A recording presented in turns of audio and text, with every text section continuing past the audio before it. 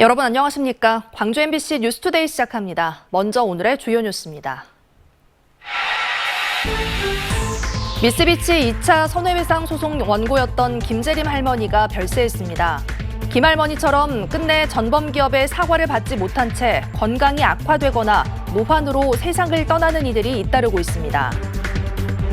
국토교통부가 지하주차장 철근을 빠뜨린 LH 아파트 단지 15곳을 공개한 가운데 광주시 한 곳의 아파트 단지에서도 철근이 누락된 것으로 드러났습니다.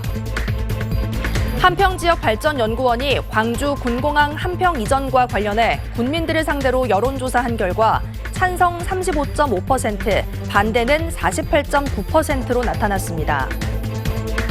기아 타이거즈가 지난주 롯데와의 주말 3연전을 모두 이기고 순위를 6위까지 끌어올렸습니다. 이번 주에는 4위 자리까지 노려볼 만합니다. 일제 전범기업 미쓰비시 2차 손해배상 소송 원고였던 김재림 할머니가 끝내 사과를 받지 못한 채 향년 93세의 나이로 별세했습니다. 김 할머니처럼 전범기업을 상대로 손해배상 소송을 벌이고 있는 피해자 대부분은 건강이 악화되거나 노환 등으로 세상을 떠나고 있습니다. 송정근 기자가 보도합니다. 지난 2014년 다른 원고 3명과 함께 미쓰비시 중공업을 상대로 광주지방법원에 소송을 제기한 김재림 할머니. 양금덕 할머니의 뒤를 이어 2차 손해배상 소송에 참여해 지난 2018년 광주고법에서 승소 판정을 받았습니다. 이후 4년 7개월째 대법원 판결이 나오길 기다렸지만 끝내 대법원 판결을 보지 못하고 세상을 떠났습니다. 공부시켜준다. 배부르게 판매해준다. 이 꼬임에 넘어가지고 우리가 속았습니다. 친구는 주변에서는 공부를 할 수 없고 그래서. 김 할머니처럼 미쓰비시를 상대로 손해배상을 제기한 원고는 피해 당사자와 유족을 포함해 모두 11명. 이 가운데 피해 당사자 6명이 노환과 병으로 인해 세상을 떠났습니다. 남아있는 소송 원고들도 피해 당사자의 유족이거나 건강 상태가 매우 안 좋은 상태입니다. 미쓰비시 중공업이 할머니한테 줘야 되는 거를 어떻게 했어? 우리나라 기업들한테 기부금 받아서 주겠다고 했잖아요. 그거 어떻게 생각하셔요? 시접스럽게 그냥 아빠일까 싶어. 일제 강제동원 시민 모임은 우리나라 정부는 제3자 변제안을 들고 나오고 있고 사법부 역시 자신의 역할을 방기하고 있다며 비판의 목소리를 높였습니다. 특히 대법원 전원합의체가 이미 1차 소송에서 일본 기업의 배상 책임을 확정했고 다른 손해배상 소송도 1차 소송과 비교해 구조와 맥락이 다를 게 없다며 대법원은 자고우면 말고 신속히 판결할 것을 촉구했습니다. 할머니께서 생전에 일본의 사과를 받고 싶다. 그게 평생의 꿈이었습니다. 그런데 그걸 이루지 못한 이 현실이 너무 안타깝고 대법원 판결이 빨리 이루어져서 지난 2013년 13,800여 명이었던 강제동원 피해자는 10년이 지나는 사이 1,200여 명으로 10분의 1에도 못 미치는 수준으로 줄어들었습니다. 하루빨리 일본 정부와 전범기업의 사과와 배상이 이루어져야 하는 이유입니다. MBC 뉴스 송정근입니다. 이보다 더 더워질 수 있나 싶을 정도로 심한 더위가 이어지고 있는데요. 오늘 어제보다 기온이 더 높게 오르겠습니다. 밤사이 기온이 25도를 내내 웃도는 열대야도 여전히 나타났고요. 낮 동안은 기온이 높게 올라서 살인적인 더위가 나타나겠습니다. 광주와 전남 모든 지역으로 폭염경보가 확대됐습니다. 폭염경보는 낮 동안 체감온도가 35도를 웃돌 것으로 예상될 때 내려지는데요. 광주에 예보된 기온이 이미 36도고 체감온도는 이보다도 더 높게 오르겠습니다. 경보 수준의 기준보다도 훨씬 더 웃도는 더위가 이어지겠습니다. 온열 질환에 대한 각별한 대비가 필요합니다. 온열 질환으로 인한 사망자도 발생하고 있는데요. 야외 작업은 가급적 삼가시고 바깥 활동하시다가 어지럼증이나 메스꺼움 등 온열 질환 초기 증상이 나타나면 곧바로 시원한 곳으로 몸을 이동해서 충분한 휴식을 하셔야 됩니다. 오늘은 잠깐의 소나기 소식마저 없습니다. 가끔 구름 많은 날씨 예상됩니다. 날씨 정보였습니다. 광주 보육대체교사들이 부당해고를 주장하며 200일째 시청 점거 농성을 벌이고 있죠. 중앙노동위원회가 최근 부당해고가 아니라며 광주시의 손을 들어줬습니다. 지방노동위원회와 정반대의 결과를 받아든 보육대체교사들은 행정소송까지 불사한다며 광주시청 점거농성을 계속 이어나가겠다는 입장입니다. 쟁점이 무엇이고 앞으로의 전망은 어떤지 김영창 기자가 취재했습니다. 올해 초 부당해고를 주장하는 보육대체교사들이 광주시청 점거농성을 시작한 지 벌써 200일째가 됐습니다. 광주시는 기간제 근로자를 2년 초과에 고용하면 무기계약 근로자로 보는 기간제법에 따라 계약 만료를 통보했지만 이에 반발한 대체교사들은 부당해고라며 고용 연장을 요구했습니다. 그러나 두 개의 노동위원회 결론은 사뭇 달랐습니다. 지난 4월 전남지방노동위원회는 계속 일할 수 있다는 정당한 기대를 들어 광주시 사회서비스원이 재계약하지 않는 것은 부당하다며 대체교사들의 손을 들어줬지만 지난주 열린 중앙노동위원회는 계약 갱신 기대권은 양측의 신뢰가 있어야 하지만 이 경우는 해당되지 않는다며 광주시 사회서비스원에 손을 들어준 것으로 알려졌습니다. 광주시는 중노위의 판정을 존중한다는 입장을 밝히면서 보육대체교사들의 요구를 받아들일 경우 비슷한 처지에 있는 다른 비정규직에 대해서도 정규직화 요구가 본물처럼 쏟아질 것이라며 시민들에게 불편을 주는 점거농성을 중단해달라고 요구했습니다. 대체교사 이분들을 그 2년이 됐다고 해서 이제 정규직화 시키면은 또 다른 분들도 대부분 다 아마 그런 부분들이 좀 같이 좀 연결이 돼 있고요. 그러다 보니까 좀 어려움이 좀 있습니다. 보육대체교사들은 반면 중노위의 결정을 이해할 수 없다며 반발했습니다.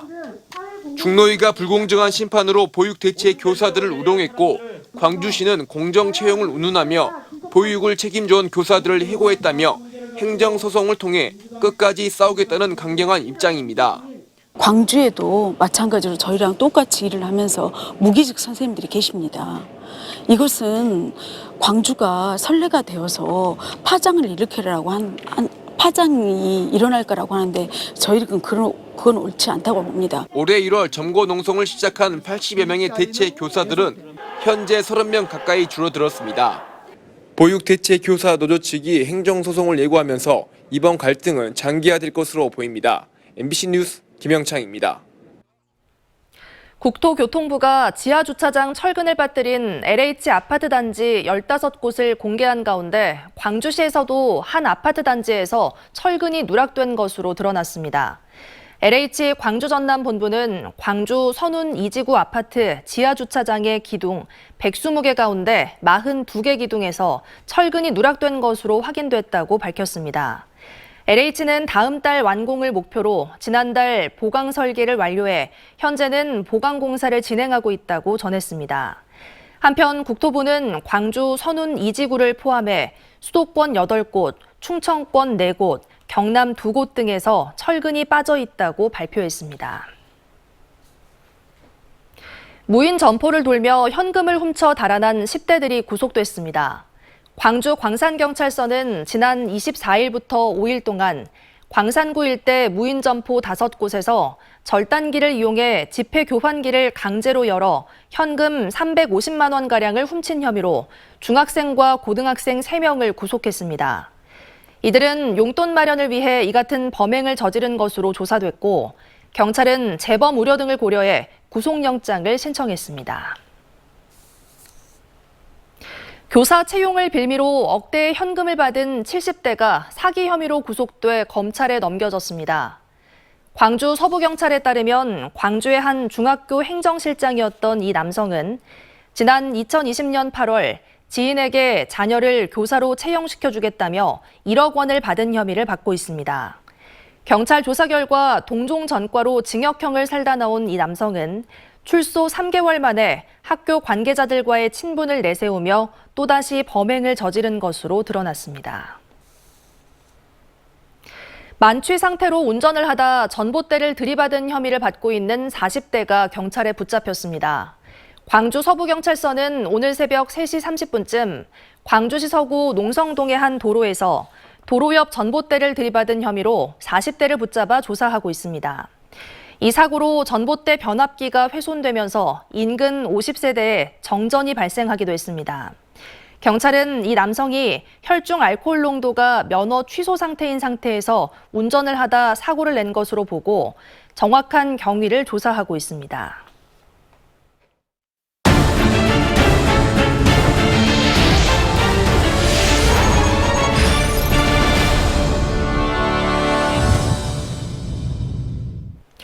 기아 타이거즈가 지난주 롯데와의 주말 3연전을 모두 이기고 순위를 6위까지 끌어올렸습니다. 이번 주에는 대진 일정도 좋아서 4위 자리까지 노려볼 만합니다. 보도에 조현성 기자입니다. 전반기 막판 용병 투수 2명을 모두 교체하는 승부수를 띄웠던 기아. 이들이 등판한 최근 6경기에서 4승 2패를 기록했습니다. 이제는 이른바 선발 야구가 가능해졌고 후반기 대반격에 대한 기대가 그만큼 더 커졌습니다. 선발 투수들의 이닝이 조금 더 소화를 좀 많이 해줘야지 저희 야수들도 그렇고 중간 투수도 그렇고 좀 더 팀이 승리하는데 훨씬 더 보탬이 되지 않을까. 현재 시즌 성적은 40승 42패. 한 달 전 9위까지 추락했던 순위는 6위로 올라섰고 5할 승률에도 다시 근접했습니다. 4위 NC와는 1.5게임 차, 3위 두산과도 2.5게임 차에 불과해 말 그대로 사정권입니다. 하지만 불안 요소도 있습니다.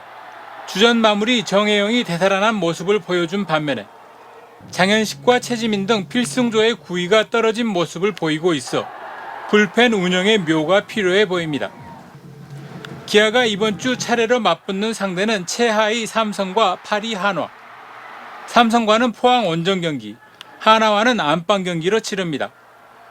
올 시즌 상대 전적에서 삼성에는 6승 1패로 압도적인 우위를 보이고 있지만 하나에게는 3승 6패로 크게 밀리고 있는 기아가 이들 두 팀을 상대로 상승세를 이어갈 수 있을지 팬들의 관심이 쏠리고 있습니다. MBC 뉴스 조현성입니다. 순천만 국제정원박람회가 지난 4월 개막한 이후 벌써 4개월이 지났습니다. 이미 누적 관람객 수가 560만 명에 달하고 정원과 생태가 도시의 성장 동력이란 인식이 확산하면서 박람회를 벤치마킹하려는 전국 지자체들의 관심이 높아지고 있습니다. 최우식 기자가 보도합니다. 순천만 국제정원박람회는 개막 넉 달이 지난 현재 전국의 270여 개 기관단체가 방문했습니다.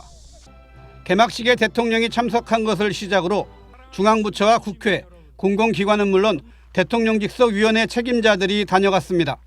특히 전국 162개 지방자치단체에서 단체장과 공무원들이 정원 박람회장을 찾아 높은 관심을 보였습니다.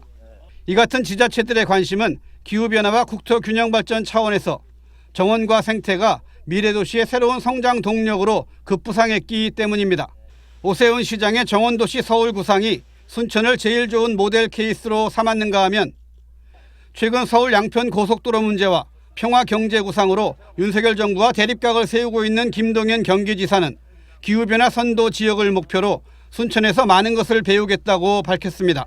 저희 경기도에 기후변화 대응에서 가장 앞서가는 도로 만들기 위한 여러 가지를 이곳 순천에 와서 배우게 돼서 아주 보람있고 기쁘게 생각을 합니다.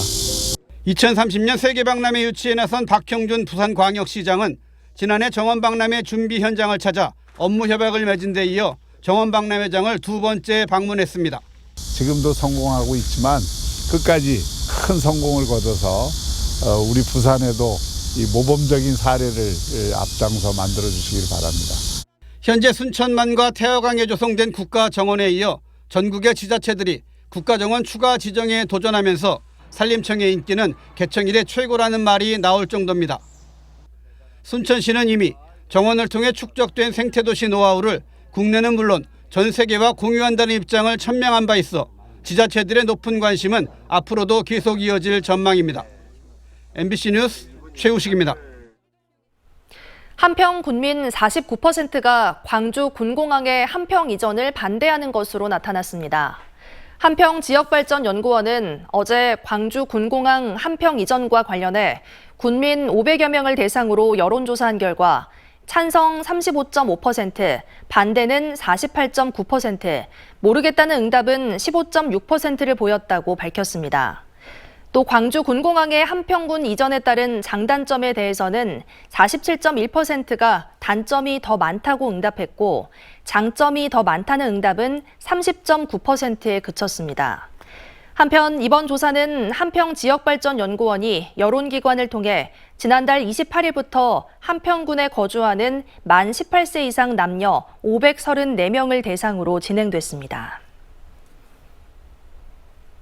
여수 웅천 생활형 숙박시설의 용도 변경을 위한 주차장 조례를 두고 논란이 일고 있는 가운데 정기명 여수시장이 시가 주도하는 조례 개정에 대해 반대 입장을 분명히 했습니다. 정 시장은 최근 열린 월간 업무계획 보고회에서 조례나 법규의 완화, 규제 등은 공익성을 토대로 여수시 전체 시민들에게 적용돼야 한다며 특정 다수의 사유시설에 적용되는 조례 강화나 완화는 시 정부에서 할 수 없는 것이 원칙이라고 밝혔습니다.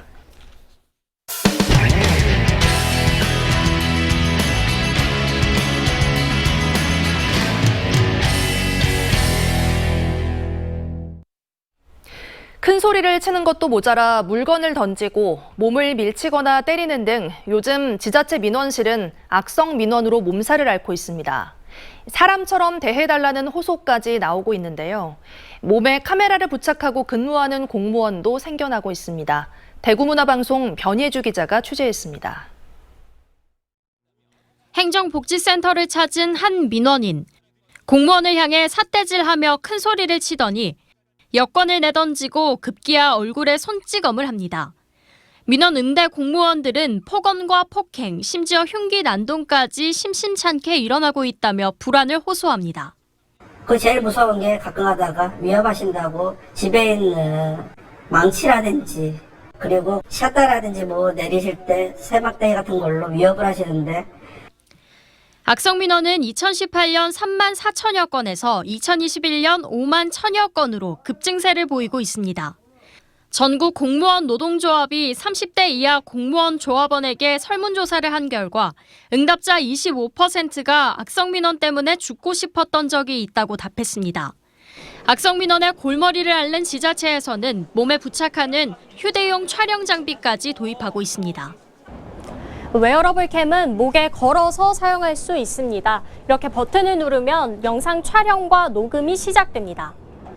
인권 등을 고려해 민원인이 폭언이나 폭행을 하면 미리 경고하고 촬영합니다. 선생님께서 폭언하시면 촬영 녹음 시작하겠습니다. 카메라까지 동원한 악성 민원 대책에 예방 효과가 있을 거란 기대와 사태를 악화시킬 거란 우려가 엇갈립니다. 요즘 워낙 이상한 사람들이 많으니까 그거 좋다고 생각합니다. 또 미리 방지하는 게 더 낫지 않을까요? 아니 나는 동의 못한다 그러면 그것 때문에 또 민원인하고 또 싸울 경우가 발생하지 않겠나. 휴대용 카메라는 대구에서 군위를 제외한 8개 구군에서 도입했습니다. 좋으신 분들도 많거든요. 같이 뭐 일을 하다가 만나면 되게 고맙게 말씀해 주시는 분들도 많고 진짜 조금만 사람처럼 해주시면 감사할 것 같아요. 도를 넘는 악성 민원에서 안전을 지키기 위한 어쩔 수 없는 선택이라지만 공무원과 민원인이 서로 존중하는 문화가 먼저 정착되어야 한다는 목소리도 나옵니다. MBC 뉴스 변예주입니다. 국내 축산농가에서는 매년 수천 톤의 풀사료를 사용하는데요. 최근 해외 주요 생산국들의 기상이변과 지정학적인 요인 등으로 수급 불안이 이어지고 있습니다. 농촌진흥청이 영양이 풍부하고 사료 가치가 높은 풀사료 품종을 개발해 자급 기반을 마련했습니다. 대전문화방송 김광현 기자가 보도합니다. 국내 축산농가들은 매년 5천 톤 안팎의 풀사료를 사용합니다. 이 가운데 80%가량이 국내산이지만 사료 가치가 낮은 볏짚이 대부분입니다. 영양과 생산성이 좋은, 즉 사료 가치가 높은 양질의 풀사료 수요는 전체의 40%를 점유하는데 국내산과 수입산이 경쟁 중입니다.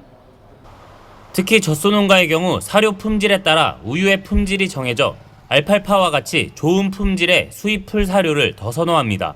조사료 품질이 떨어지게 되면 저희 같은 경우는 우유 생산량과 우유 품질이 떨어지기 때문에 수입권 주로 이용하고 있습니다. 그런데 최근 주요 생산국의 기상이변과 해상 운임 상승, 전쟁 등 지정학적 요인 등으로 인해 국제 풀사료 가격의 변동성이 커지고 있습니다. 이러한 수급 불안에 대응하기 위해서는 자급률을 높이는 게 무엇보다 중요한데 농촌진흥청은 최근 전량 수입에 의존하던 알팔파 품종을 국내 최초로 개발했습니다. 그동안 국내에서도 여러 차례 개발 시도는 있었지만 토양의 낮은 산도와 물 빠짐 불량 등으로 완전한 성공에 이르지는 못했습니다. 이번에 개발한 2개 품종은 냉해와 고온 등 국내 환경 적응성과 생산성이 우수하고 조단백질 함량도 20% 안팎으로 높은 데다 소화율도 높아 사료 가치가 높은 것으로 분석됐습니다. 농진청은 100% 자급을 이뤄내면 해마다 1,300억 원의 외화 절감 효과를 거둘 수 있을 것으로 기대하고 있습니다.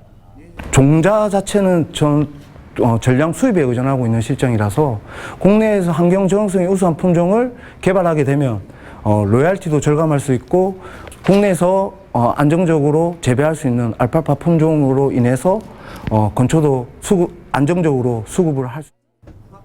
농촌진흥청은 종자 생산 전문 업체에 기술 이전을 추진해 이르면 내년부터 국내에서 재배한 알팔파를 농가에 본격 보급할 계획입니다. MBC 뉴스 김광현입니다. 야당 국회의원들이 한국에너지공대 윤희준 총장에 대한 해임 건의 철회를 정부에 촉구했습니다.